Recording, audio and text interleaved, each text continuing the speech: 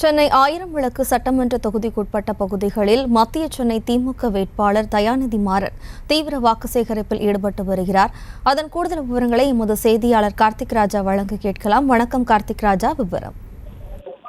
வணக்கம் ஜெயஸ்ரீ. எதிர்வரும் ஏப்ரல் 19 அன்று தமிழகத்தில் ஒரே கட்டமாக நாடாளுமன்ற தேர்தல் நடைபெற உள்ள நிலையில் அரசியல் கட்சிகள் தீவிர பரப்புரையில் ஈடுபட்டு வருகிறது. அந்த வகையில் திமுக சார்பில் மத்திய சென்னை நாடாளுமன்ற தொகுதியில் போட்டியிடும் தயாநிதி மாறன் தொடர்ச்சியாக பரப்புரையில் ஈடுபட்டு வருகிறார்.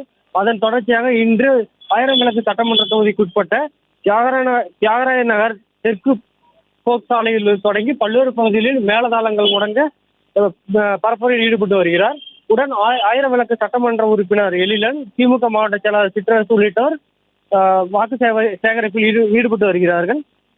இந்த பரப்புரையின் போது திமுக முன்னெடுத்த திட்டங்களையும் மத்திய அரசு தமிழக அரசு கேட்ட நிவாரண நிதிகளை வழங்கவில்லை என்ற விமர்சனங்களை முன்வைத்தும் வாக்கு சேகரிப்பில் ஈடுபட்டு வருகிறார்.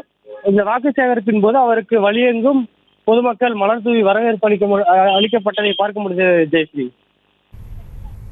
விவரங்களுக்கு நன்றி கார்த்திக் ராஜா.